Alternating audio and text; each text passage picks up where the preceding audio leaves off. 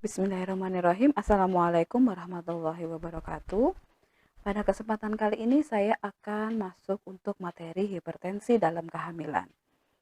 Yang mana hipertensi dalam kehamilan terdiri dari hipertensi kronik, hipertensi gestasional, preeklamsi ringan, preeklamsi berat, dan eklamsia. Hipertensi dalam kehamilan yaitu meningkatnya tekanan darah selama masa kehamilan yang mana mempunyai resiko untuk terjadinya preeklamsia dan eklamsia. Untuk yang pertama yaitu hipertensi kronik. Ya, hipertensi kronik adalah hipertensi tanpa protein urin yang timbul sebelum kehamilan dan menetap setelah persalinan. Dengan tanda-tandanya yaitu tekanan darahnya lebih dari atau sama dengan 140/90, sudah ada riwayat hipertensi sebelum hamil, atau diketahui adanya hipertensi pada usia kehamilan kurang dari 20 minggu. Tidak ada protein urin, ya juga bisa disertai dengan adanya masalah di organ lain seperti mata, jantung, dan ginjal.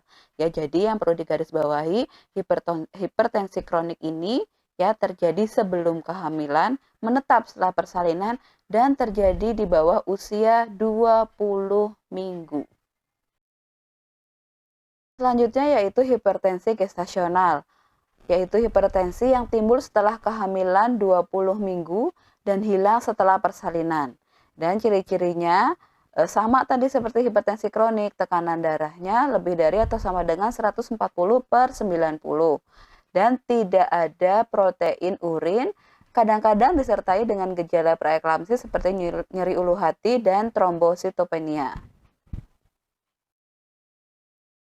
Selanjutnya yaitu superimpos preeklamsi, yaitu hipertensi kronik yang disertai dengan adanya protein urin. Jadi ciri-cirinya hampir sama dengan preeklamsi. Berikutnya yaitu preeklamsi, di mana suatu kondisi yang spesifik pada kehamilan terjadi setelah kehamilan ke-20 gestasi atau lebih dari 20 minggu ya, ditandai dengan adanya hipertensi dan protein urin, dan kadang-kadang juga terjadi adanya udem, yang mana kita sebut sebagai trias preeklamsi. Preeklamsi ini dibagi menjadi dua, yaitu preeklamsi ringan dan preeklamsi berat. Ya, nanti ciri-cirinya kita jelaskan pada slide selanjutnya. Dan apabila preeklamsi berat tidak tertangani, bisa terjadi eklamsia atau preeklamsi yang disertai kejang dan atau koma.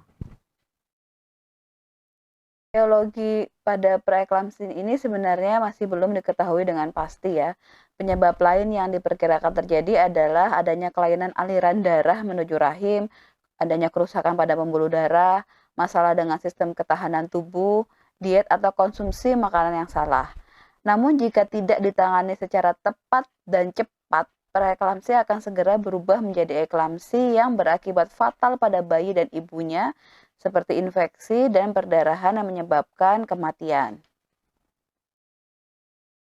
Tanda dan gejala preeklamsi. Ya, menurut William, tahun 2002, diagnosis preeklamsi ditegakkan berdasarkan adanya 2 dari 4 gejala.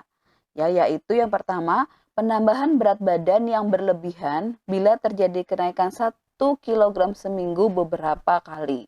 Ya, jadi kita harus memperhatikan kenapa ibu harus menimbang berat badan. Ya, jadi apabila dalam beberapa kali pengukuran kok dalam seminggu naik berat badannya 1 kg, itu kan lumayan banyak. Nah, itu kita harus curiga kemungkinan ibunya nantinya akan mengalami preeklamsi. Kemudian udem, terlihat sebagai peningkatan berat badan, pembengkakan pada kaki, jari tangan, dan muka.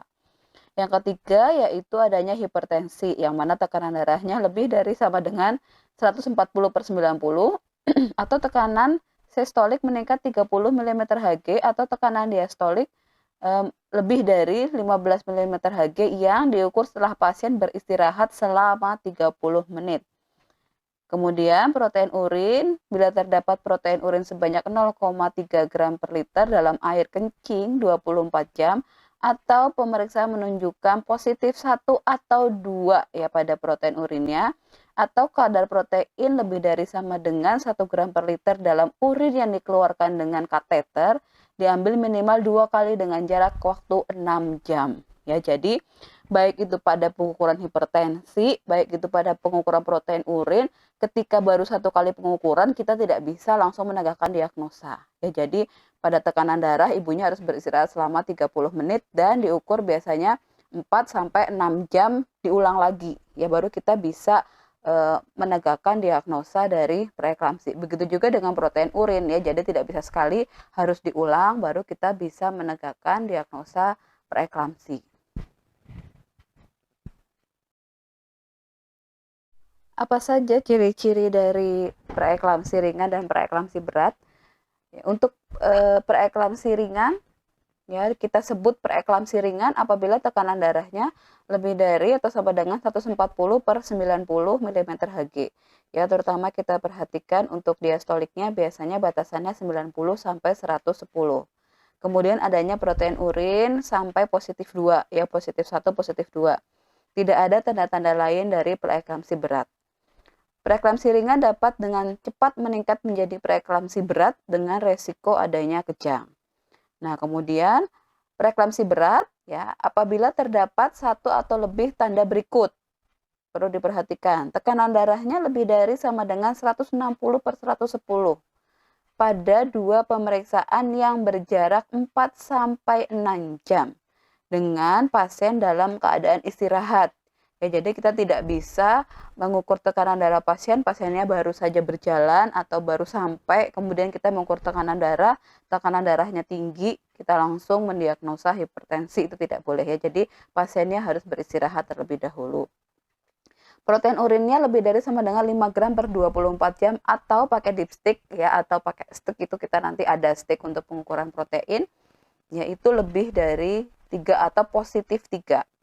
Ya, kemudian adanya oligouri ya atau jumlah urin yang sedikit, adanya udem paru, adanya cerebral or visual disturbed berarti matanya berkunang-kunang, ada pulmonary udem ya tadi udem paru, nyeri perut kanan bawah, adanya gangguan fungsi hepar, trombositopenia ya atau kadar trombosit yang sedikit, dan IUGR, intrauterine growth retardation, itu terjadi untuk bayinya.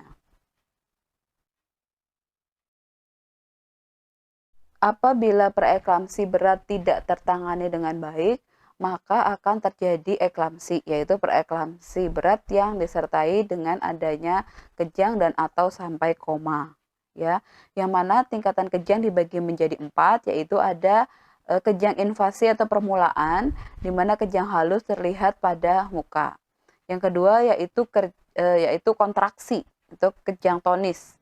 Seluruh badan menjadi kaku selama 15 sampai 20 detik. Ya, kemudian yang berikutnya ada kejang konvulsi atau kejang klonis. Terjadi timbul hilang dan kejang sangat kuat selama 1 menit. Nah, berikutnya apabila tidak tertangani bisa sampai koma. Terjadi setelah kejang klonis dan terjadi beberapa menit sampai berjam-jam. Baik, berikut tadi materi mengenai hipertensi dalam kehamilan.